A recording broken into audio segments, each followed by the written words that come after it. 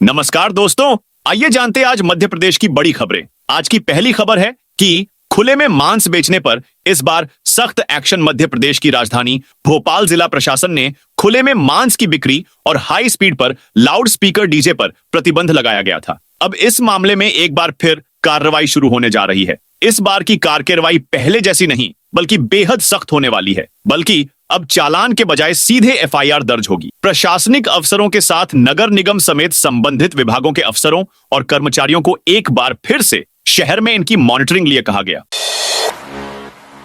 फिर 5,000 करोड़ कर्ज ले रही मोहन सरकार। मध्य प्रदेश की मोहन यादव सरकार एक बार फिर 5,000 करोड़ रुपए का कर्ज लेने की तैयारी कर रही है। ये लोन 26 नवंबर को ई ऑक्शन के जरिए स्टॉक गिरवी रखकर लिया जाएगा। सरकार लोन की ये राशि दो अलग अलग कर्ज के रूप में लेगी जो 2500 करोड़ रुपए की है। 27 नवंबर को सरकार के खाते में लोन की ये रकम ट्रांसफर हो जाएगी। बताया जा रहा है कि मोहन सरकार की 20 साल के लिए 2500 करोड़ और 14 साल के लिए 2500 करोड़ लोन ले रही है। लेकिन बात सिर्फ इसी साल की करें तो जनवरी से अब तक यानी महज 11 महीने में सरकार 40,500 करोड़ का कर्ज उठा चुकी है। वहीं प्रदेश पर कुल कर्ज की बात करें तो राज्य की जनता 3,90,000 करोड़ के कर्ज में दब चुकी है।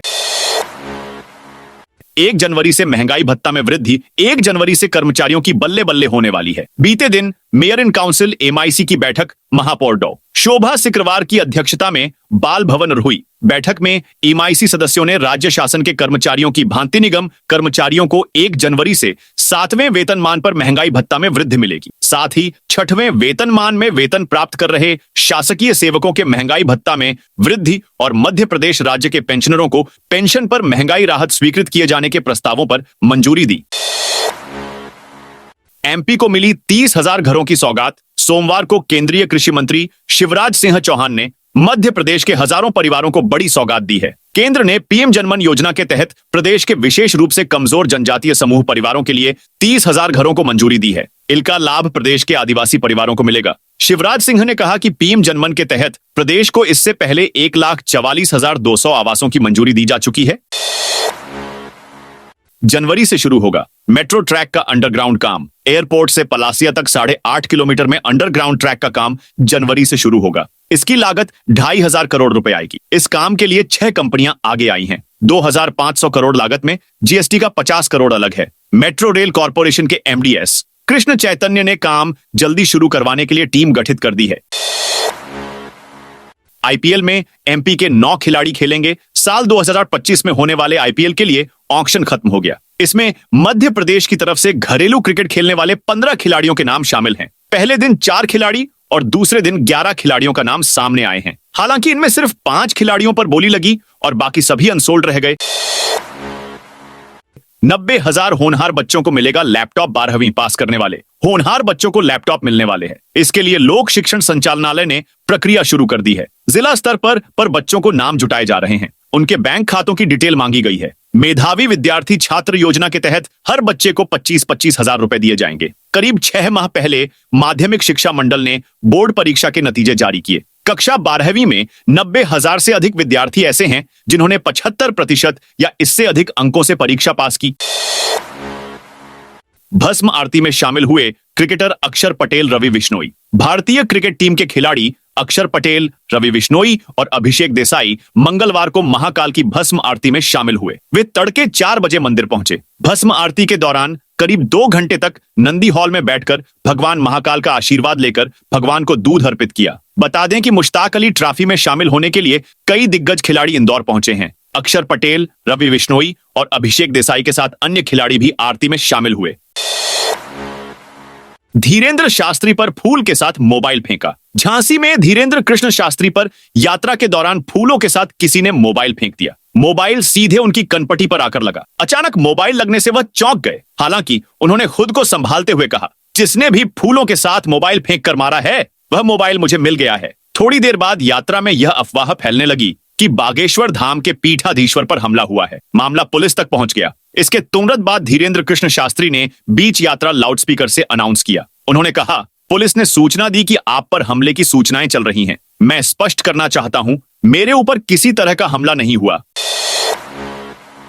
बीएमओ का 1 दिन का वेतन काटने के निर्देश। कलेक्टर प्रवीण सिंह ने मंगलवार को जिला पंचायत सभा कक्ष में स्वास्थ्य विभाग के कार्यों की समीक्षा की। बैठक में कलेक्टर ने स्वास्थ्य विभाग के सभी ब्लैनक के बीएमओ से आयुष्मान योजना के तहत 70 वर्ष से अधिक उम्र के वरिष्ठ नागरिकों के आयुष्मान कार्ड बनाने की प्रक्रिया की विस्तार से समीक्षा की। आयुष्मान कार्ड बनाने की प्रक्रिया का कार्य संतोषजनक नहीं पाए जाने पर नाराजगी व्यक्त की। उन्होंने सीएमएचओ को श्यामपुर बीएमओ का 1 दिन का वेतन काटने के निर्देश दिए। वन मंत्री के पद पर इनके नाम चर्चा में विजयपुर उपचुनाव हारने के बाद वन मंत्री रामनिवास रावत द्वारा दिया गया इस्तीफा सरकार ने होल्ड पर रख लिया है। अब मुख्यमंत्री डॉ मोहन यादव के विदेश से लौटने के बाद इस्तीफे पर निर्णय होगा। उसके पहले रावत के पास मौजूद वन एवं पर्यावरण विभाग पर मौजूदा 4 मंत्रियों और 12 से अधिक विधायकों की नजर है। इन्होंने सत्ता व संगठन के सामने नए सिरे से जोर आजमाइश शुरू कर दी है। एमपी के कर्मचारियों की अवकाशों की बड़ी मांग। मध्य प्रदेश के कर्मचारी अपनी विभिन्न मांगों के समर्थन में आंदोलन की राह पर हैं। वेतनमान में संशोधन, अनुकंपा नियुक्ति आदि की मांग करते हुए कर्मचारी सड़क पर उतरने का मन बना चुके हैं। मध्य प्रदेश कर्मचारी मंच के तत्वावधान में प्रदेश के स्थायी कर्मचारियों का 1 दिसंबर से सत्याग्रह शुरू होगा। जिन 10 मांगों को लेकर स्थायी कर्मी सत्याग्रह करने की बात कह रहे हैं, उनमें अवकाश संबंधी बड़ी मांग भी है। प्रदेश के स्थायी कर्मी रविवार सहित 60 दिनों की छुट्टी मांग रहे हैं। प्रदूषण को लेकर इस जिले में धारा 144 लागू। मध्य प्रदेश के सागर में प्रदूषण को लेकर बड़ा फैसला लिया गया है। कलेक्टर संदीप जीआर ने पराली और नरवाई जलाने पर प्रतिबंध लगाते हुए जुर्माने का आदेश जारी किया है। खेतों में आग और उससे उठने वाले धुएं के कारण वायु प्रदूषण और स्वास्थ्य समस्याओं को देखते हुए यह कदम उठाया गया है। प्रशासन ने किसानों को चेतावनी दी है कि अगर खेतों में धुआं उठता पाया गया तो जुर्माने के साथ कानूनी कार्रवाई भी होगी। रीवा में 999 रुपए में हवाई सफर करने पहुंचे लोग। रीवा, खजुराहो और भोपाल के बीच 19 सीटर विमान की सेवा कंपनी ने 25 नवंबर सोमवार से शुरू कर दी है, जहां सप्ताह में 4 दिन लोगों को हवाई सेवा मिल सकेगी, जिसके लिए कंपनी ने शेड्यूल भी जारी कर दिया है। लेकिन अब 999 रुपए वाली स्कीम भी जल्द लागू करने की मांग उठ रही है। दरअसल 999 रुपए में लोगों को हवाई यात्रा की सौगात देने की घोषणा पर अमल होना अभी बाकी है, लेकिन लोग पहले ही 999 रुपए में यात्रा करने पहुंचने लगे हैं। बताया गया कि 999 रुपए में हवाई सफर कराने पर सरकार योजना बना रही है, लेकिन लोग पहले ही इस योजना को लेकर एयरपोर्ट पहुंचने लगे हैं।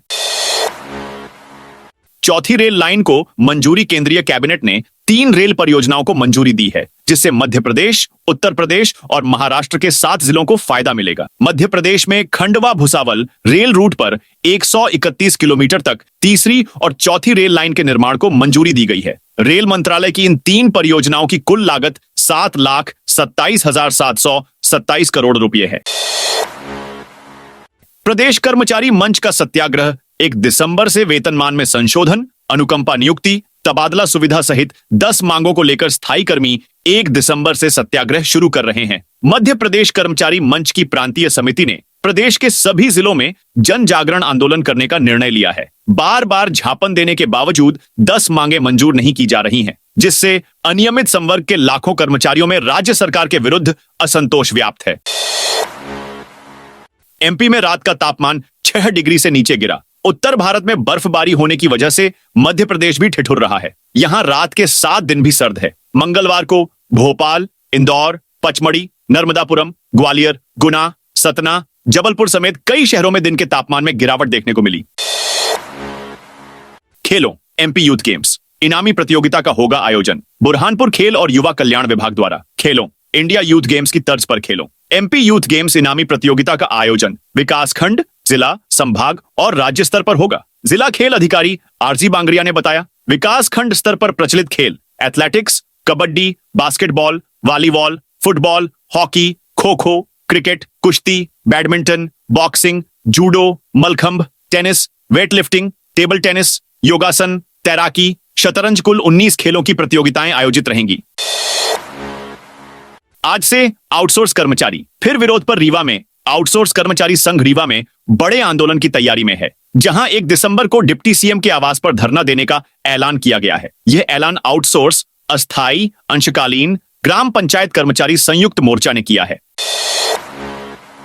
ग्वालियर व्यापार मेला 25 दिसंबर को होगा शुरू। ग्वालियर व्यापार मेला शुरू होने में अब सिर्फ 1 महीना ही रह गया है। 25 दिसंबर को मेला शुरू होना है, जिसकी तैयारियों के तहत मेले में झूलों का कसना शुरू हो गया है। पार्किंग समेत सेकंड कॉल के 16 टेंडर 27 दिसंबर को खुलने जा रहे हैं। वहीं मेले के संचालन के लिए समितियों का गठन सोमवार को संभागीय आयुक्त मनोज खत्री ने किया। इन समितियों के अध्यक्षों से अपनी अपनी समितियों की बैठक आयोजित कर सभी व्यवस्थाएं समय रहते पूरी करने के निर्देश जारी किए गए हैं। एमपी में 129 करोड़ से बन रही 4 लेन रोड। नए साल में शहर को 4 लेन की सौगात तो मिलेगी, लेकिन फरवरी तक इंतजार करना पड़ेगा। भोपाल तिराहा से खर्रा घाट ब्रिज तक पुराने हाईवे 59 की सड़क को चौड़ी कर 4 लेन बनाने की योजना भू अर्जन में देरी होने से पूरी नहीं हो सकी है। दिसंबर तक बनने वाली सड़क के लिए अभी तक सिर्फ बेस ही बना है। सेतु निगम के मुताबिक दिसंबर तक 4 लेन को शुरू करने की योजना थी, लेकिन भू अर्जन में देरी के कारण फरवरी 2025 तक निर्माण पूर्ण कर 4 लेन को नए ब्रिज से जोड़कर शुरू कर देंगे। 2 शहरों के बीच बिछेगी 131 किलोमीटर की रेल लाइन। केंद्र की मोदी सरकार ने मध्य प्रदेश को बड़ी सौगात दी है। नई सौगात से मध्य प्रदेश में रेल यातायात सुगम होगा और लाखों रेल यात्रियों को राहत मिलेगी। मोदी कैबिनेट ने महाराष्ट्र के भुसावल और मध्य प्रदेश के खंडवा के बीच तीसरी और चौथी रेल लाइन बिछाने को मंजूरी दे दी है। मोदी कैबिनेट ने रेल मंत्रालय की 7,927 करोड़ रुपए की 3 नई परियोजनाओं को हरी झंडी दी है, जिनमें से एक भुसावल खंडवा तीसरी चौथी रेल लाइन भी है। अब नहीं होगी एग्जाम हॉल में चीटिंग। माध्यमिक शिक्षा मंडल माशिमम मध्य प्रदेश से कनेक्टेड स्कूलों में 10वीं और 12वीं कक्षा की बोर्ड परीक्षाएं अगले साल 25 फरवरी 2025 से शुरू होने जा रही है। वहीं इन परीक्षाओं में नकल रोकने के लिए माशिमम ने एक ठोस प्लान बनाने का दावा किया है। माशिमम के दावे के अनुसार हर एग्जाम सेंटर पर ज्यादा 250 परीक्षार्थियों को ही एग्जाम देने के लिए बैठाया जाएगा। ऐसे में प्रदेश भर में 4000 ज्यादा नए परीक्षा केंद्र बनाए जाएंगे। इसलिए नकल रोकने के लिए माध्यमिक शिक्षा मंडल ने यह खास प्लान तैयार किया है। एमपी के विदिशा को तोड़कर बनेगा नया जिला। मध्य प्रदेश की कई जगहों को जिला बनाने की मांग तेजी से उठ रही है। इसी बीच विदिशा जिले से करीब 48 किलोमीटर दूर गंज बासौदा तहसील को जिला बनाने की मांग को लेकर लोग सड़कों पर उतर आए हैं। इसके लिए कायस्थ समाज और ताम्रकार समाज ने परिसीमन आयोग, मुख्यमंत्री और सांसद के नाम एसडीएम को ज्ञापन सौंपा है। गंज बासौदा को जिला बनाने के लिए काफी लंबे समय से मांग उठ रही है। यह करीब 90,000 की आबादी वाली तहसील है।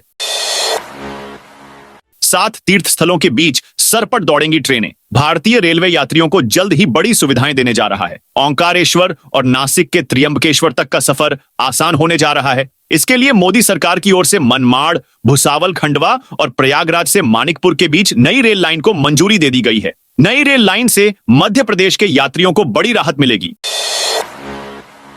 पंडित धीरेन्द्र शास्त्री की पदयात्रा में शामिल हुए संजय दत्त सोमवार को बागेश्वर धाम के पीठाधीश्वर धीरेन्द्र कृष्ण शास्त्री की सनातन हिंदू एकता पद यात्रा झांसी पहुंची। इस दौरान इस यात्रा में बॉलीवुड के दिग्गज अभिनेता संजय दत्त और द ग्रेट खली के नाम से मशहूर WWE सुपरस्टार दिलीप सिंह राणा भी शामिल हुए। दोनों ने सनातन हिंदू यात्रा की खूब सराहना की। बता दें कि धीरेन्द्र कृष्ण शास्त्री की यह पदयात्रा 21 नवंबर को शुरू हुई थी। एमपी कांग्रेस अध्यक्ष जीतू पटवारी का सरकार पर हमला। मध्य प्रदेश में किसानों को खाद नहीं मिल पा रही है। किसान लगातार आंदोलन कर रहे हैं। कई जिलों में चक्का जाम कर चुके हैं। उसके बावजूद भी उन्हें पर्याप्त मात्रा में खाद उपलब्ध नहीं हो पा रही है। इसे लेकर पीसीसी चीफ जीतू पटवारी ने प्रदेश कार्यालय में प्रेस वार्ता में सरकार को जमकर घेरा है। उन्होंने कहा है कि मध्य प्रदेश के किसान कई दिनों तक खाद लेने के लिए कतारों में खड़े हैं। भाजपा की सरकार में किसान पुलिस की लाठियां खा रहे हैं और मध्य प्रदेश के मुख्यमंत्री इसका संज्ञान लेने की अपेक्षा 7 समुंदर पार सत्ता का लुत्फ उठा रहे हैं। विजयपुर के उपचुनाव में कांग्रेस को मिली जीत के बाद उन्होंने अब बिना उपचुनाव कराने की चुनौती बीजेपी को दी है। मोहलत खत्म होने पर 18 दुकानें जेसीबी से तोड़ी। भोपाल मेट्रो के दूसरे फेज में आड़े आ रही 18 पक्की दुकानों को तोड़ने की मोहलत खत्म होने के बाद मंगलवार को जिला प्रशासन ने जेसीबी की मदद से उन्हें हटा दिया। हालांकि कार्रवाई से पहले ही दुकानदारों ने अपना सामान निकाल लिया ताकि नुकसान न हो। तो दोस्तों, यह थी आज मध्य प्रदेश की बड़ी खबरें। आप इस वीडियो को कौन से जिले से देख रहे हैं, कमेंट करके बताइए।